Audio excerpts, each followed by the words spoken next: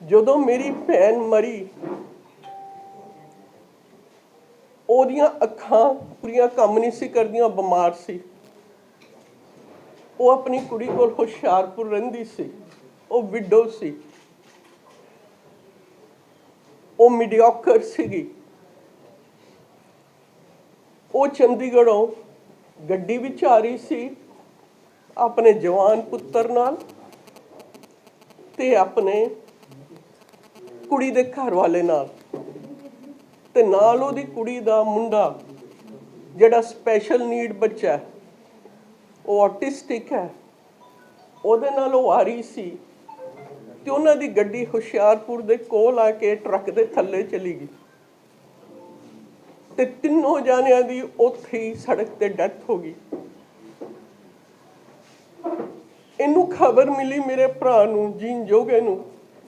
ਇਹਦੇ ਕੋਲ ਟਾਈਮ ਨਹੀਂ ਸੀ 2 ਮਿੰਟ ਵੀ ਆਪਣੀ ਭੈਣ ਦੀ ਲਾਸ਼ ਦੇਖ ਲੈਂਦਾ।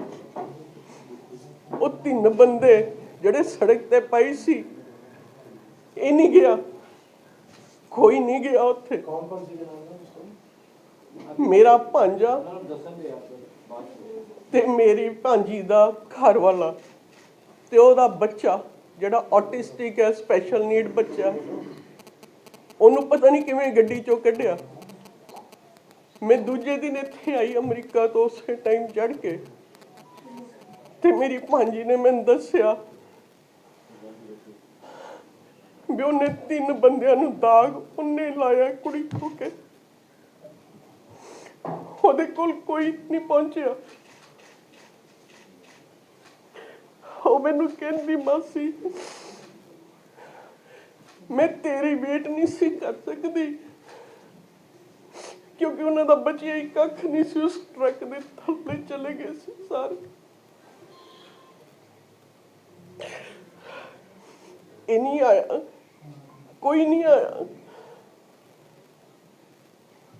ਮੈਂ ਅੱਜ ਇੱਥੇ ਤੁਹਾਡੇ ਕੋਲ ਇਸ ਲਈ ਆਈ ਹਾਂ, ਆਪਣੀ ਮਾਂ ਦੇ ਲਈ ਨਿਆਂ ਮੰਗਣ, ਜਸਟਿਸ ਮੰਗਣ।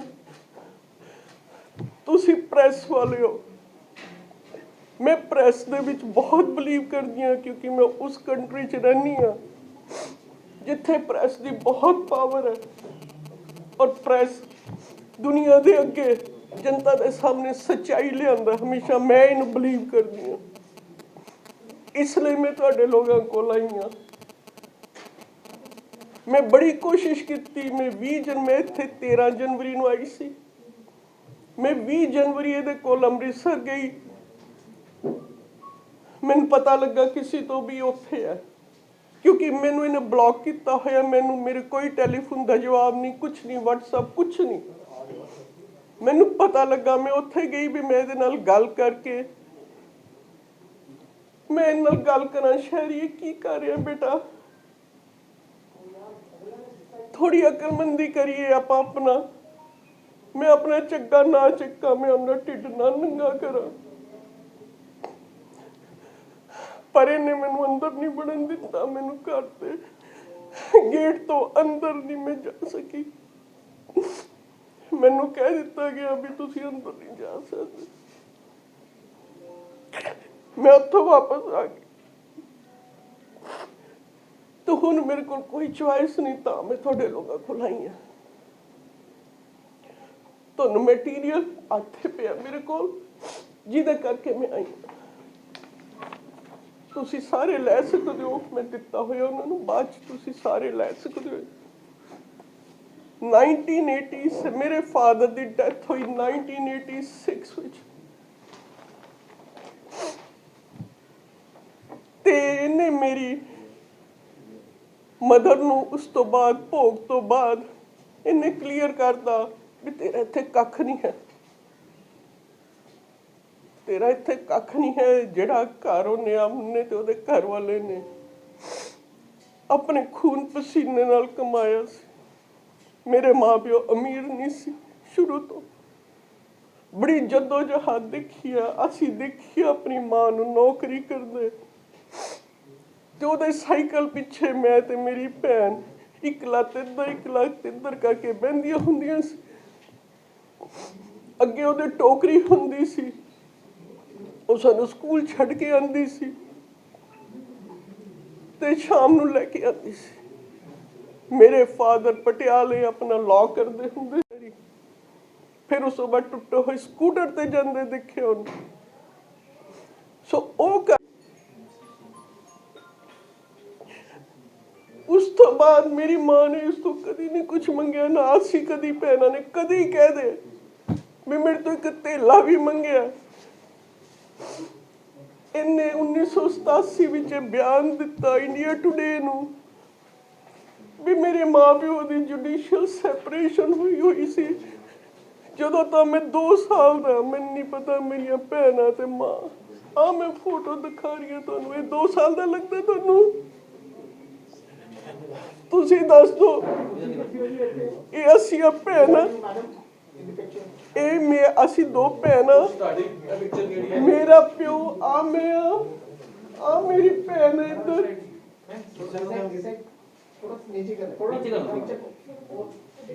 ਆ ਮੇਰੇ ਫਾਦਰ, ਆ ਸ਼ਹਿਰੀ ਹੈ, ਆ ਜਿਹੜਾ ਪਿੱਛੇ ਸਰਦਾਰ ਬੰਦਾ ਹੈ ਮੇਰੇ ਤਾਇਆ ਜੀ ਦਾ ਮੁੰਡਾ, ਜਿਹਦੇ ਵਿਆਹ ਤੇ ਫੋਟੋ ਲਿੱਤੀ ਗਈ ਹੈ, ਅਮਰਜੀਤ ਸਿੰਘ ਸਿੱਧੂ। ਇਹ 2 ਸਾਲ ਦਾ ਹੈ। हो सकता है मेरी अखा भुलेखा पैदा हो।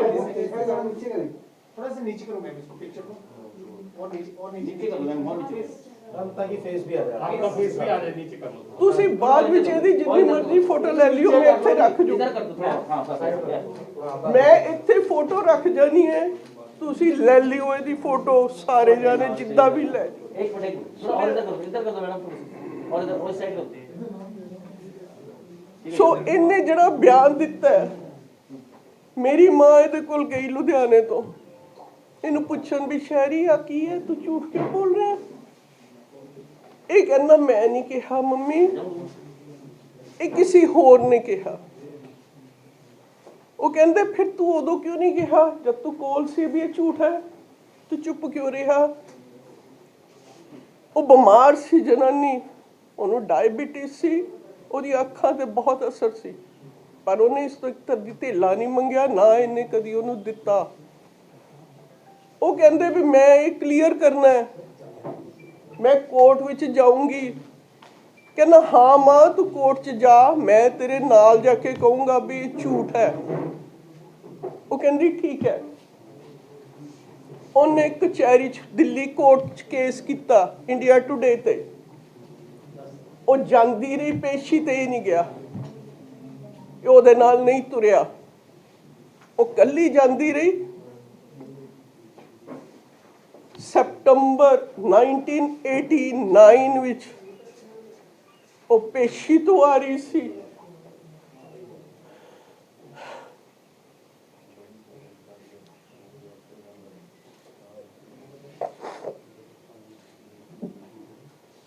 माफ करियो। ਉਹਦੀ ਦਿੱਲੀ रेलवे स्टेशन ਤੇ ਇੱਕ ਲਵਾਰਸ ਔਰਤ ਦੀ ਤਰ੍ਹਾਂ ਮੌਤ ਹੋ ਗਈ, ਜਿਹਦੇ ਕੋਲ ਕੋਈ ਉਹਦਾ ਘਰ ਵਾਲਾ ਬੱਚਾ ਨਹੀਂ ਸੀ, ਕੋਈ ਹੋਰ ਨਹੀਂ ਸੀ, ਜਦ ਕਿ ਇਹ ਉਹਦੇ ਪੈਸੇ ਤੇ ਐਸ਼ ਕਰ ਰਿਹਾ ਸੀ, ਕਿਉਂਕਿ ਉਹਨੂੰ ਹਿੱਸਾ ਨਾ ਦੇਣਾ ਪਏ, ਜਿਸ ਕਰਕੇ ਇਹਨੇ ਝੂਠ ਬੋਲਿਆ, ਜੋ ਮੈਂ ਸਮਝਦੀ ਹਾਂ। और रेलवे स्टेशन ते मर गई, गड्डी दी इंतजार करदी करदी। लवारस औरत नहीं सी, साडी मां सी, जिन्हों इन्हें लवारस बनाता। किस काम लई? पैसे पिछे, पैसे पिछे। ओ पैसे लखां तो तू अज करोड़ा बना ले शहरी, तू होर करोड़ा। मैनू तेरा पैसा नहीं चाहिए भरा, मेरे पुत्रा वर्गा जीन जो गया।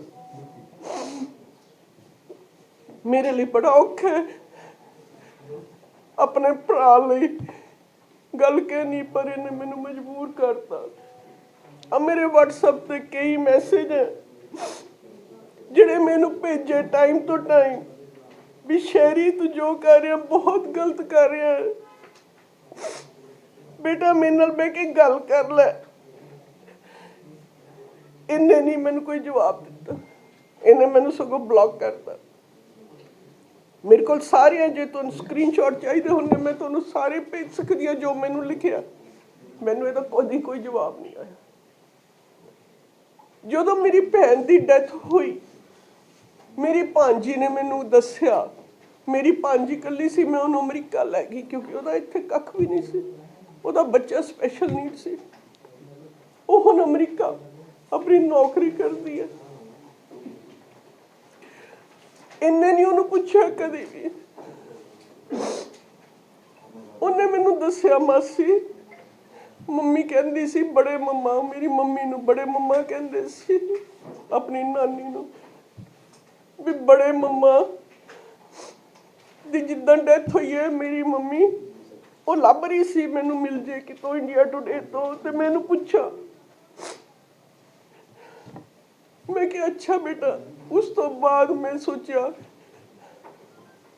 ਮਾਂ ਦਾ ਦੁੱਖ ਹਮੇਸ਼ਾ ਪੁੱਤ ਠੀਕ ਕਰਦੇ ਆ। ਆਪਾਂ ਕਹਿੰਦੇ ਆ ਵੀ ਪੁੱਤ ਜਿਹੜਾ ਆਪਣੇ ਮਾਂ ਪਿਓ ਦੀ ਇੱਜ਼ਤ ਰੱਖਦੇ ਆ, ਇਹਨੇ ਨਹੀਂ ਰੱਖੀ। ਜਿਹੜੀ ਮਾਂ ਨੇ ਆਪਣੀ ਜਾਨ ਤੇ ਖੇਲ ਕੇ ਇਹਨੂੰ ਜਨਮ ਦਿੱਤਾ, ਜਿਵੇਂ ਦੱਸਦਾ ਵੀ ਉਹਨੂੰ ਪਲੇਸੈਂਟਾ ਪ੍ਰੀਵੀਆ ਸੀ ਮੇਰੀ ਮਾਂ ਨੂੰ, ਉਹ ਹਸਪਤਾਲ ਪਈ ਰਹੀ 4 ਮਹੀਨੇ ਵੀ ਇਹ ਬਚ ਜੇ।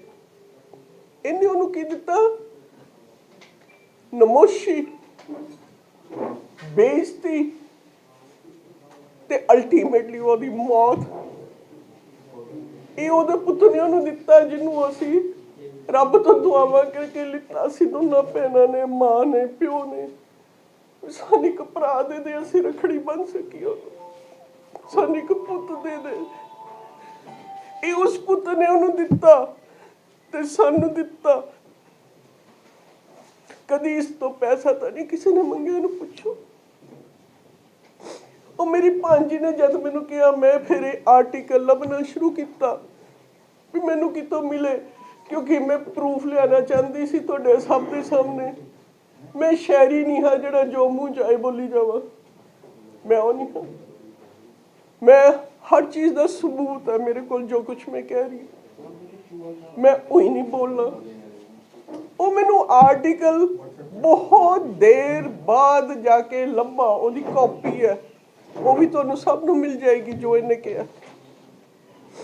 ਜਦੋਂ ਉਹ ਆਰਟੀਕਲ ਮੇਰੇ ਕੋਲ ਆਇਆ, ਮੈਂ ਫਿਰ ਇਹਨੂੰ WhatsApp ਤੇ ਮੈਸੇਜ ਭੇਜਿਆ, ਸ਼ਾਇਰੀ ਤੂੰ ਬਹੁਤ ਕਰੂਅਲ ਹੈ, ਜੋ ਕੁਝ ਤੂੰ ਆਪਣੀ ਫੈਮਿਲੀ ਨਾਲ ਕਰ ਰਿਹਾ, ਕਦੀ ਤੂੰ ਸੋਚਿਆ ਤੂੰ ਕੀ ਕਰ ਰਿਹਾ? ਇਹਦਾ ਕੋਈ ਜਵਾਬ ਨਹੀਂ। ਸੋ ਮੇਰੇ ਕੋਲ ਫਿਰ ਮੈਂ ਜਦੋਂ ਮਿਲਣ ਗਈ ਹਾਂ 20 ਜਨਵਰੀ ਨੇ, ਇਹਨੇ ਦਰਵਾਜ਼ੇ ਨਹੀਂ ਖੋਲੇ। ਹੁਣ ਮੈਨੂੰ ਨਹੀਂ ਸਮਝ ਆਉਂਦੀ ਮੇਰੇ ਕੋਲ ਹੋਰ ਕੀ ਰਸਤਾ ਹੈ ਵੀ ਮੈਂ ਆਪਣੀ ਮਾਂ ਦੇ ਲਈ ਉਹਦੇ ਨਾਮ ਤੇ ਜਿਹੜਾ ਇਹਨੇ ਧੱਬਾ ਲਾਇਆ, ਮੈਂ ਉਹ ਕਿੱਦਾਂ ਕਲੀਅਰ ਕਰਾਂ? ਮੇਰੇ ਕੋਲ ਇੱਕ ਸਿਰਫ ਪ੍ਰੈਸ ਤੁਸੀਂ ਲੋਕ ਹੋ ਜਿਹੜੀ ਮੇਰੀ ਮਦਦ ਕਰ ਸਕਦੇ ਹੋ ਇਹਦੇ ਤੋਂ ਆਨਸਰ ਲੈਣ 'ਚ। ਮੈਨੂੰ ਪ੍ਰੂਫ ਦੇਵੇ ਜਿਹੜਾ ਇਹਨੇ ਕਿਹਾ, ਇੱਕ ਚੀਜ਼ ਦਾ ਤੁਹਾਨੂੰ ਪ੍ਰੂਫ ਦੇਵੇ ਜੋ ਇਹਨੇ ਕਿਹਾ। ਜਦੋਂ ਵੀ ਇਹ ਤੁਹਾਡੇ ਸਾਹਮਣੇ ਆਉਂਦਾ, ਮੈਂ ਇਹਦੀ ਦੇਖਦੀ ਹੁੰਦੀ ਆ ਨੈਟ ਤੇ ਕਈ ਵਾਰੀ ਕਾਨਫਰੰਸਿਸ, ਇਹਦੇ ਨਾਲ 10 ਕੁ ਬੰਦੇ ਬੈਠੇ ਹੁੰਦੇ ਆ, ਤੁਹਾਨੂੰ ਸਭ ਨੂੰ ਪਤਾ, ਢੇਰ ਲੱਗਿਆ ਹੁੰਦਾ ਕਾਗਜ਼ਾਂ ਦਾ। ਆਹ ਦੇਖੋ ਜੀ ਪ੍ਰੂਫ ਫਲਾਣੇ ਲਈ, ਆਹ ਦੇਖੋ ਜੀ ਮੈਂ ਤੁਹਾਨੂੰ ਪ੍ਰੂਫ ਦਿੰਦਾ, ਆਹ ਦੇਖੋ ਇੰਨੇ ਸਾਲ ਪੁਰਾਣਾ ਪ੍ਰੂਫ ਤੁਹਾਨੂੰ ਦਿੰਦਾ ਸਾਰਿਆਂ ਨੂੰ। ਹੁਣ ਤੁਸੀਂ ਪ੍ਰੂਫ ਦੇਵੋ, ਮੰਗੋ ਉਸ ਤੋਂ ਜਿਹੜਾ ਤੁਹਾਨੂੰ ਦਿੰਦਾ। ਹਮੇਸ਼ਾ ਪ੍ਰੂਫ ਲਿਆਓ, ਪ੍ਰੂਫ ਦੇਵੋ। ਜੇ ਮੈਨੂੰ ਦਵਾ ਸਕਦੇ ਹੋ ਮੇਰੀ ਮਾਂ ਦੇ ਲਈ ਨਿਆਂ, ਪਲੀਜ਼ ਮੇਰੀ ਹੱਥ ਜੋੜ ਕੇ ਬੇਨਤੀ ਹੈ ਤੁਹਾਨੂੰ ਸਭ ਨੂੰ, ਤੁਸੀਂ ਪ੍ਰੈਸ ਹੋ, ਤੁਸੀਂ ਇਹਨੂੰ ਬਣਾਇਆ ਇਹਦਾ ਪਰਸੋਨਾ, ਕਿਉਂਕਿ ਤੁਹਾਨੂੰ ਪਤਾ ਨਹੀਂ ਸੀ ਇਹ ਕੀ ਹੈ। ਮੈਂ ਤੁਹਾਨੂੰ ਦੋਸ਼ ਨਹੀਂ ਦੇ ਰਹੀ, ਤੁਸੀਂ ਇਹਦਾ ਹਰ ਅਕਸ਼ਰ ਜਿਹੜਾ ਇਹਨੇ ਕਿਹਾ ਤੁਸੀਂ ਉਹਨੂੰ ਬਾਏ ਕੀਤਾ ਵੀ ਇਹ ਸਹੀ ਹੈ, ਕਿਉਂਕਿ ਅਸੀਂ ਅਜੇ ਤੱਕ ਕਦੀ ਬੋਲੀਆਂ ਨਹੀਂ। ਮੈਂ 70 ਸਾਲ ਦੀ ਹਾਂ, ਮੇਰੇ ਲਈ ਬੜਾ ਔਖਾ ਹੈ ਗੱਲ ਕਰਨੀ, ਮੇਰੀ ਫੈਮਿਲੀ ਦੀ ਗੱਲ ਹੈ, ਪਰ ਇਹ ਮੇਰੀ ਮਾਂ ਦਾ ਸਵਾਲ ਹੈ, ਮੇਰੇ ਮਾਂ ਪਿਓ ਦੀ ਇੱਜ਼ਤ ਦਾ ਸਵਾਲ ਹੈ, ਜਿਹਦੇ ਕਰਕੇ ਮੈਨੂੰ ਸਟੈਪ ਲੈਣਾ ਪਿਆ ਤੁਹਾਡੇ ਲੋਕਾਂ ਦੇ ਸਾਹਮਣੇ। ਪਲੀਜ਼ ਪਲੀਜ਼ ਮੇਰੀ ਮਦਦ ਕਰੋ। ਜੇ ਇਹਨੂੰ ਕੋਈ ਵੀ ਗੱਲ ਹੈ, ਇਤਰਾਜ਼ ਹੈ, ਕੁਛ ਵੀ ਹੈ, ਤੁਹਾਡੇ ਲੋਕਾਂ ਦੇ ਸਾਹਮਣੇ ਮੇਰੇ ਨਾਲ ਡਿਬੇਟ ਕਰਨ ਨੂੰ ਤਿਆਰ ਆ, ਇਕੱਲੇ ਨਾਲ ਨਹੀਂ। ਹੁਣ ਟਾਈਮ ਚਲਾ ਗਿਆ, ਮੈਂ ਬੜੀ ਕੋਸ਼ਿਸ਼ ਕੀਤੀ ਵੀ ਮੇਰੇ ਕੱਲੀ ਨਾਲ ਤੂੰ ਗੱਲ ਕਰ ਲੈ ਪੁੱਤਰਾ। ਮੈਂ ਇਹਨੂੰ ਸ਼ਹਿਰੀ ਪੁੱਤ ਕਹਿੰਦੀ ਹਾਂ, ਮੈਂ ਤੇ ਮੇਰੀ ਭੈਣ ਨੇ ਕਦੀ ਇਹਨੂੰ ਭਰਾ ਨਹੀਂ ਕਿਹਾ, ਇਹ ਸਾਡਾ ਪੁੱਤਾਂ ਵਰਗਾ। ਬੜਾ ਕਿਹਾ ਇਹਨੂੰ ਸ਼ਹਿਰੀ ਪੁੱਤ ਨਾ ਕਰੇ ਤਾਂ ਥੋੜਾ ਜਿਹਾ ਸੋਚ ਲੈ, ਤੇਰੇ ਤੋਂ ਕੁਛ ਮੰਗਦਾ ਨਹੀਂ ਕੋਈ। ਇਹ ਕਹਿ ਦੇ ਇੱਕ ਵਾਰੀ ਵੀ ਮੇਰੀ ਮਾਂ ਨੇ ਜਾਂ ਭੈਣਾਂ ਨੇ ਇੱਕ ਧੇਲਾ ਵੀ ਮੰਗਿਆ। ਹਾਂ, ਇਹਨੂੰ ਕੋਈ ਚੀਜ਼ ਦੀ ਲੋੜ ਹੋਈ ਇਹਨੇ ਮੈਨੂੰ ਕਿਹਾ, ਮੈਨੂੰ ਭੇਜੀ ਹੈ। ਜਦੋਂ ਚੀਜ਼ ਭੇਜਦਾ ਫਿਰ ਇਹਦੇ WhatsApp ਤੇ ਮੈਸੇਜ ਆ, ਯੂ ਆਰ ਅ ਜੈਮ ਦੀਦੀ। ਉਦੋਂ ਮੈਂ ਜੈਮ ਹੋ ਗਈ, ਉਂਝ ਮੈਂ ਘਰ ਨਹੀਂ ਵੜ ਸਕਦੀ। ਠੀਕ ਹੈ, ਸੋ ਮੈਂ ਬੇਨਤੀ ਕਰ ਰਹੀ ਹਾਂ ਤੁਹਾਡੇ ਨਾਲ, ਤੇ ਨਾਲੇ ਮੈਂ ਪੰਜਾਬ ਦੀਆਂ ਸਾਰੀਆਂ ਮਾਵਾਂ ਭੈਣਾਂ ਨੂੰ ਅਪੀਲ ਕਰਦੀ ਹਾਂ। ਮੇਰੀ ਮਾਂ ਚਲੀ ਗਈ, ਮੇਰੀ ਭੈਣ ਚਲੀ ਗਈ, ਤੁਸੀਂ ਸਾਰੀਆਂ ਮੇਰੀਆਂ ਮਾਵਾਂ ਭੈਣਾਂ, ਜਿੱਥੇ ਕਿਤੇ ਤੁਹਾਨੂੰ ਮਿਲਦਾ ਹੈ, ਪਲੀਜ਼ ਇਹਨੂੰ ਪੁੱਛੋ ਤੂੰ ਆਪਣੀ ਮਾਵਾਂ ਭੈਣਾਂ ਨਾਲ ਕੀ ਕੀਤਾ, ਕਿਉਂ ਕੀਤਾ। ਇੱਕ ਪੈਸੇ ਪਿੱਛੇ ਤੂੰ ਆਪਣੀ ਮਾਂ ਨੂੰ ਉਹਦਾ ਰਾਈਟਫੁਲ ਹੱਕ ਨਾ ਦੇਣਾ ਪਈ ਤਾਂ ਤੂੰ ਇਹ ਝੂਠ ਬੋਲਿਆ। ਓਏ ਪੈਸੇ ਪਿੱਛੇ ਤੂੰ ਉਹ ਆਪਣੀ ਮਾਂ ਨੂੰ ਕਹਿ ਦਿੰਦਾ, ਆਪਣੀਆਂ ਭੈਣਾਂ ਨੂੰ ਕਹਿ ਦਿੰਦਾ ਵੀ ਮੈਨੂੰ ਪੈਸੇ ਦੀ ਬਹੁਤ ਭੁੱਖ ਹੈ, ਮੈਂ ਤੁਹਾਨੂੰ ਨਹੀਂ ਦੇਣਾ ਕੁਛ ਵੀ। ਅਸੀਂ ਤੇਰੇ ਤੋਂ ਵਾਰ ਕੇ ਸੁੱਟ ਦਿੰਦੀਆਂ ਸ਼ਹਿਰੀ, ਅਸੀਂ ਹੁਣ ਵੀ ਤੇਰੇ ਤੋਂ ਵਾਰਿਆ ਹੋਇਆ, ਸਾਨੂੰ ਨਹੀਂ ਚਾਹੀਦਾ ਤੇਰਾ ਪੈਸਾ। ਇਹ ਪੈਸਾ ਮੇਰੇ ਮਾਂ ਦੇ ਖੂਨ ਨਾਲ ਰੰਗਿਆ ਹੋਇਆ ਜਿਹੜਾ ਅੱਜ ਇੰਜੋਏ ਕਰ ਰਿਹਾ। ਮੈਨੂੰ ਨਹੀਂ ਚਾਹੀਦਾ ਆਪਣੇ ਮਾਂ ਦੇ ਪਿਓ ਦੇ ਖੂਨ ਦਾ ਪੈਸਾ, ਮੈਨੂੰ ਨਹੀਂ ਚਾਹੀਦਾ। ਅਸੀਂ ਆਪਣੀ ਮਿਹਨਤ ਕਰਕੇ ਆਪਣਾ ਗੁਜ਼ਾਰਾ ਕਰ ਰਹੇ ਹਾਂ ਔਰ ਕਰਾਂਗੇ, ਪਰ ਮੈਨੂੰ ਜਵਾਬ ਲੈ ਦਿਓ ਰੱਬ ਦੇ ਪਾਸੇ। ਮੈਂ ਸਿਰਫ ਤੁਹਾਨੂੰ ਇੰਨੀ ਗੁਜ਼ਾਰਿਸ਼ ਕਰਨੀ ਹੈ, ਇਸ ਲਈ ਮੈਂ ਇੱਥੇ ਆਈ ਹਾਂ ਤੇ ਆਪਣਾ ਮੈਂ ਚੰਗਾ ਚੱਕਿਆ। ਇੱਕ ਅਖੀਰੀ ਗੱਲ ਮੈਂ ਜ਼ਰੂਰ ਕਹਿਣਾ ਚਾਹੂੰਗੀ, ਉਹ ਜੀਣ ਜੋ ਗਿਆ ਮੇਰੇ ਭਰਾਵਾ, ਮੇਰੇ ਪੁੱਤਰਾ, ਇੱਕ ਘਰ ਤਾਂ ਡੈਨ ਵੀ ਛੱਡ ਦਿੰਦੀ ਹੈ, ਉਹ ਇੱਕ ਘਰ ਤਾਂ ਪੁੱਤਰਾ ਡੈਨ ਵੀ ਛੱਡ ਦਿੰਦੀ ਹੈ, ਤੇ ਤੂੰ ਬਹੁਤ ਬਹੁਤ ਸ਼ੁਕਰੀਆ ਤੁਹਾਡਾ ਸੁਣਨ ਲਈ। ਮੈਂ ਹੋਰ ਤੁਹਾਨੂੰ ਕੁਛ ਨਹੀਂ ਕਹਿਣਾ ਚਾਹੁੰਦਾ। ਜੇ ਤੁਸੀਂ ਸੁਣਿਆ ਜੋ ਮੈਂ ਕਿਹਾ, ਮੈਂ ਬਿਨਾਂ ਪ੍ਰੂਫ ਤੋਂ ਨਹੀਂ ਆਉਣਾ ਚਾਹੁੰਦੀ। ਮੈਨੂੰ ਆਰਟੀਕਲ ਹੁਣ ਲੱਭਾ, ਮੈਨੂੰ ਹੁਣ ਲੱਭਾ ਉਹ ਆਰਟੀਕਲ। ਫਿਰ ਮੈਂ ਇਹਦੇ ਕੋਲ ਗਈ ਹਾਂ 20 ਤਰੀਕ ਇਹਦੇ ਨਾਲ ਗੱਲ ਕਰਨ ਲਈ ਵੀ ਮੈਨੂੰ ਇਹ ਕੰਮ ਕਰਨਾ ਨਾ ਪਏ ਜਿਹੜਾ ਮੈਂ ਹੁਣ ਕਰ ਰਹੀ ਹਾਂ। ਤੁਹਾਨੂੰ ਮੈਂ ਪਹਿਲਾਂ ਦੱਸਿਆ, ਇਹਨੇ ਆਪਣੇ ਘਰ ਦੇ ਦਰਵਾਜ਼ੇ ਬੰਦ ਕੀਤੇ ਹੋਏ, ਇਹਦੇ ਨੌਕਰ ਤੱਕ ਘਰ ਦਾ ਦਰਵਾਜ਼ਾ ਨਹੀਂ ਖੋਲਦੇ ਮੈਨੂੰ। ਔਰ ਇਹ ਪਹਿਲੀ ਵਾਰੀ ਨਹੀਂ ਹੈ, ਬੜੇ ਸਾਲਾਂ ਤੋਂ ਇਹ ਚੱਲ ਰਿਹਾ ਹੈ। ਮੈਂ ਨਹੀਂ ਬੋਲੀ ਵੀ ਸ਼ਾਇਦ ਇਹਨੂੰ ਅਕਲ ਆ ਜੇ, ਨਾਲੇ ਮੇਰੇ ਕੋਲ ਪ੍ਰੂਫ ਹੋਣਾ ਚਾਹੀਦਾ। ਮੈਂ ਬਿਨਾਂ ਪ੍ਰੂਫ ਤੋਂ ਨਹੀਂ ਕੁਝ ਕਹਿਣਾ ਚਾਹੁੰਦੀ। ਮੈਂ ਹੁਣ ਤੁਸੀਂ ਮੰਗ ਵੀ ਕਰ ਰਹੇ ਹੋ ਕਿ ਹੁਣ ਇਲੈਕਸ਼ਨਸ ਆ ਚੁੱਕੇ ਨੇ ਕਿ ਲੋਕੀ ਇਹਨਾਂ ਨੂੰ ਪੁੱਛਣ ਕਿ ਤੁਸੀਂ ਕੀ ਕੀਤਾ ਆਪਣੀ ਮਾਂ ਭੈਣ ਦੇ ਨਾਲ। ਮੈਂ ਪੋਲੀਟੀਕਲ ਬੰਦਾ ਨਹੀਂ ਹਾਂ। ਮੈਂ ਤੁਹਾਨੂੰ ਪਹਿਲਾਂ ਕਿਹਾ, ਮੇਰਾ ਕਿਸੇ ਪੋਲੀਟੀਕਲ ਪਾਰਟੀ ਨਾਲ ਕੋਈ ਕੰਸਰਨ ਨਹੀਂ ਹੈ। ਇਹ ਮੇਰਾ ਫੈਮਿਲੀ ਮੈਟਰ ਹੈ। ਮੈਨੂੰ ਉਹਦੇ ਲਈ ਹੈਲਪ ਚਾਹੀਦੀ ਹੈ ਵੀ ਜੋ ਕੁਛ ਇਹਨੇ ਆਪਣੀ ਮਾਂ ਲਈ ਝੂਠ ਬੋਲਿਆ, ਮੈਨੂੰ ਉਹਦਾ ਪ੍ਰੂਫ ਦਵੇ। ਸਟੇਟਮੈਂਟ ਐਕਚੁਅਲੀ ਦੱਸ ਦਿਓ, ਐਕਚੁਅਲੀ ਕਲੀਅਰ ਨਹੀਂ ਹੋ ਪਾ ਰਿਹਾ ਮੰਗ ਕੀ ਹੈ। ਮੰਗ ਕੀ ਉਹ ਸਟੇਟਮੈਂਟ ਕੀ ਸੀ ਜੀ? ਮੈਨੂੰ ਪ੍ਰੂਫ ਦਵੇ। ਇਹਨੇ ਲਿਖਿਆ, ਇਹਨੇ ਕਿਹਾ ਮੇਰੇ ਮਾਂ ਪਿਓ ਦੀ ਜੁਡੀਸ਼ੀਅਲ ਸੈਪਰੇਸ਼ਨ ਹੋਈ ਹੈ ਜਦੋਂ ਮੈਂ 2 ਸਾਲ ਦਾ ਸੀ। ਮੇਰੀਆਂ ਮਾਵਾਂ ਭੈਣਾਂ ਨਾਲ ਮੇਰਾ ਕੋਈ ਰਿਸ਼ਤਾ ਨਹੀਂ ਹੈ। ਆਹ ਫੋਟੋ ਮੈਂ ਤੁਹਾਨੂੰ ਤਾਂ ਦਿਖਾਈਏ 2 ਸਾਲ ਦਾ, ਇਹ ਦੇਖ। ਉਸ ਕਰਕੇ ਮੇਰੀ ਮਾਂ ਕਚਹਿਰੀ 'ਚ ਗਈ ਸੀ ਵੀ ਤੂੰ ਕਿਉਂ ਝੂਠ ਬੋਲ ਰਿਹਾ ਹੈ। ਔਰ ਮੈਂ ਸੋਚਦੀ ਇਹਨੇ ਸਿਰਫ ਪੈਸੇ ਪਿੱਛੇ ਉਹ ਬਿਆਨ ਦਿੱਤਾ ਸੀ ਵੀ ਮੇਰੀ ਮਾਂ ਜਿਹੜੀ ਹੈ ਉਹਨੂੰ ਮੈਂ ਜਦਾਦ ਚੋਂ ਕੱਢ ਦੋ, ਔਰ ਇਹਨੇ ਨਹੀਂ ਦਿੱਤਾ। ਇਹਨੇ ਜਦਾਦ ਚੋਂ ਕੱਢਿਆ ਉਹਨੂੰ, ਉਹਨੇ ਮੰਗਿਆ ਨਹੀਂ, ਅਸੀਂ ਨਹੀਂ ਮੰਗਿਆ। ਸੋ ਮੈਂ ਤੁਹਾਨੂੰ ਦੱਸਦਾ ਸਾਰਾ ਵੀ ਮੈਂ ਆਪਣੀ ਮਾਂ ਨੂੰ ਸੜਕ ਤੇ ਪੈਦਲ ਲੈ ਕੇ ਗਈਆਂ, ਬੱਸ ਵਿੱਚ, ਜਦ ਕਿ ਇਹਨੇ ਨਾ ਕਰਤੀ। ਹੋਰ ਮੈਨੂੰ ਨਹੀਂ ਸਮਝ ਆਉਂਦੀ ਮੈਂ ਕੀ ਕਰਾਂ। ਜਦੋਂ ਇਤਨੇ ਸਾਲ ਪਹਿਲੇ ਹੀ ਉਹਨਾਂ ਨੇ ਸੈਪਰੇਸ਼ਨ ਕਰ ਦਿੱਤਾ, ਕੱਢ ਦਿੱਤਾ, ਤੇ ਉਹ ਅੱਜ ਉਹਦੇ ਆਰੋਪ ਕੀ ਕਹਿੰਦੇ? ਕੀ ਗੱਲ ਜੀ? ਮਾਮਲਾ ਤਾਂ ਬਹੁਤ ਪੁਰਾਣਾ ਹੈ ਜੀ। ਹਾਂਜੀ, ਸੈਪਰੇਸ਼ਨ ਵੀ ਉਹ ਬਹੁਤ ਪੁਰਾਣੀ ਹੋ ਗਈ। ਹੋਈ ਨਹੀਂ। ਤੁਸੀਂ ਗੱਲ ਸਮਝਣ ਦੀ ਕੋਸ਼ਿਸ਼ ਕਰੋ। ਮੈਂ ਜੋ ਕਹਿ ਰਹੀ ਹਾਂ, ਮੈਨੂੰ ਪ੍ਰੂਫ ਦਵੇ ਸੈਪਰੇਸ਼ਨ ਦਾ ਜਿਹੜਾ ਇਹਨੇ ਕਿਹਾ। ਝੂਠ ਬੋਲਿਆ ਆਪਣੀ ਮਾਂ ਨੂੰ ਜਾਇਦਾਦ ਤੋਂ ਬੇਦਖਲ ਆਪਣੀਆਂ ਭੈਣਾਂ ਨੂੰ ਕਰਨ ਲਈ। ਮੈਂ ਉਹ ਪ੍ਰੂਫ ਮੰਗ ਰਹੀ ਹਾਂ, ਦਵੇ ਮੈਨੂੰ ਪ੍ਰੂਫ ਜਿਹੜਾ ਮੇਰੀ ਮਾਂ ਮੰਗਦੀ ਸੀ, ਜਿਹਦੇ ਲਈ ਉਹਨੇ ਕੇਸ ਕੀਤਾ। ਇਹ ਦਵੇ ਪ੍ਰੂਫ। ਕਿਉਂ ਨਹੀਂ ਗਿਆ ਉਹਦੇ ਨਾਲ? ਮੈਨੂੰ ਪ੍ਰੂਫ ਲੈ ਦਿਓ ਪਲੀਜ਼, ਰੱਬ ਦੇ ਵਾਸਤੇ। ਜੇ ਮੇਰੀ ਮਾਂ ਦੀ ਇੱਜ਼ਤ, ਜਿਹਦੇ ਲਈ ਉਹਨੇ ਆਪਣੀ ਜਾਨ ਦਿੱਤੀ, ਮੈਂ ਸਿਰਫ ਉਹਦਾ ਨਬੇੜਾ ਚਾਹੁੰਦੀ ਹਾਂ, ਮੈਨੂੰ ਕੱਖ ਨਹੀਂ। ਸਿੱਧੂ ਸਾਹਿਬ ਨੇ ਕਿਹਾ ਇਹ ਬਿਆਨ ਪਹਿਲੀ ਵਾਰ ਦਿੱਤਾ ਜੀ? ਬੇਟਾ ਮੇਰੀ ਗੱਲ ਸੁਣੋ, ਮੇਰੀ ਗੱਲ ਮੈਨੂੰ ਨੌਲੇਜ ਹੈ ਮੈਂ ਤੁਹਾਨੂੰ ਦੱਸਦਾ। ਇਹ ਹੁਣ ਤੁਸੀਂ ਪ੍ਰੈਸ ਵਾਲਿਆਂ, ਤੁਹਾਡੇ ਕੋਲ ਬਹੁਤ ਪਾਵਰ ਹੈ। ਇਹ ਹੁਣ ਤੁਸੀਂ ਦੇਖ ਲਓ, ਪਹਿਲਾਂ ਦਿੱਤਾ, ਬਾਅਦ ਚ ਦਿੱਤਾ, ਕਿੰਨੇ ਦਿੱਤੇ ਮੈਨੂੰ। ਜਿਹੜੀ ਚੀਜ਼ ਮੈਂ ਤੁਹਾਨੂੰ ਉਹ ਦੱਸਣੀ ਹੈ ਜਿਹੜੀ ਮੈਨੂੰ ਪਤਾ। ਮੈਂ ਸ਼ਾਇਰੀ ਨਹੀਂ ਹਾਂ ਜਿਹੜਾ ਐਵੇਂ ਝੂਠ ਬੋਲੇ।